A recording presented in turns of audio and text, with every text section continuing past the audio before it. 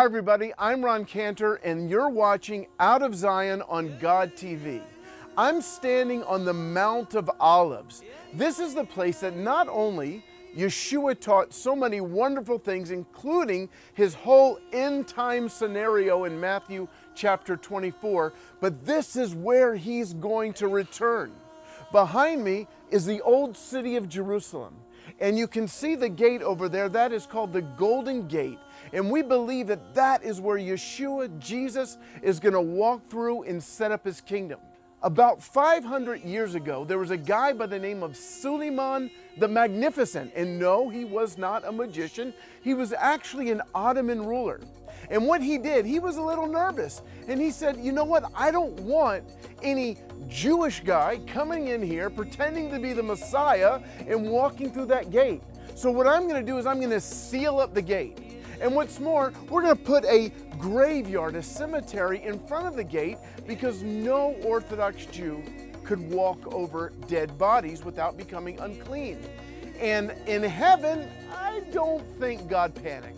I don't think God turned to Yeshua and said, oh no, we didn't know he was going to do that. In fact, God knew that Suleiman would do that long before. In fact, we can read in the book of Zechariah that God already pre-planned for the tricks of Suleiman the Magnificent.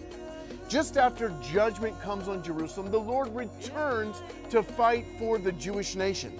It says in verse 3 of chapter 14, "Then the Lord will go out and fight against those nations as he fights in the day of battle." He's going to fight against the nations that attack Israel.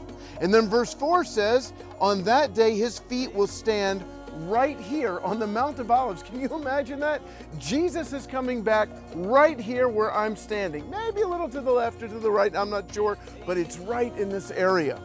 And it says when he comes back, east of Jerusalem, and the Mount of Olives will be split in two from east to west, forming a great valley with half of the mountain moving north and half moving south. Isn't that amazing?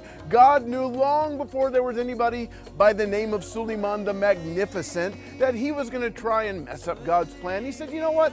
I will send an earthquake. Half will go one way, half will go the other way, and the Messiah, Jesus, will walk into Jerusalem and be crowned as king. Now, if we keep reading in verse 9, Hebrew, it says, this is something that I remember from growing up in the synagogue. We would sing it every single week.